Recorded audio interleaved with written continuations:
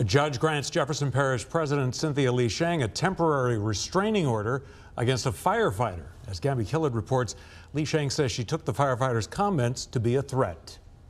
We're in Coconut Beach where you play volleyball. Like, we have eyes and ears all over the place. That's your time. Like, we know you don't like us. That's supposed to be a physical threat. I want to talk about it on the record. This exchange now in court after Jefferson Parish President Cynthia Lee Shang is granted a temporary restraining order against Stephen Orcus Jr. She's seeking a protective order for this guy to be ordered by a court to stay away from her. Orcus has been placed on administrative leave, and the case will be in court for further proceedings November 13th. Fox 8 legal analyst Joe Raspani says the petition indicates the parish president perceived a threat. In this particular situation, he's saying, I know your habits. I know where you go, Coconut Beach in this particular case. Anything like that, where he shows, I know your travel habits. That is the fodder for getting a protective order to be granted. The conflict comes after firefighters packed a Jefferson Parish Council meeting Wednesday to demand pay raises, prompting tense exchanges with Lee Shang and council members. It escalated as the parish government advanced plans to launch a public relations campaign.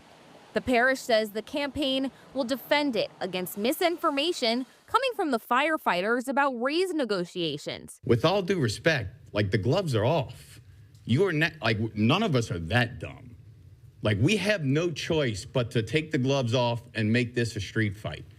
And I promise you, that's not in anyone's best interest. Lee Shang said, quote, aggressive behavior has been building, and that Orcus's comments on Wednesday, quote, crossed the line.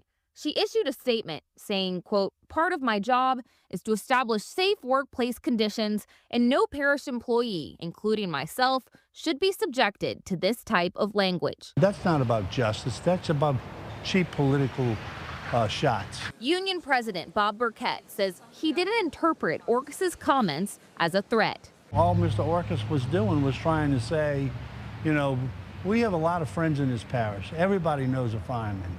You know, and if something detrimental is said about us, we normally hear it. And Burkett says firefighters hope to have the public vote on whether or not to accept their most recent raise requests. The council put such votes on the ballot in exchange for the firefighters' no strike clause.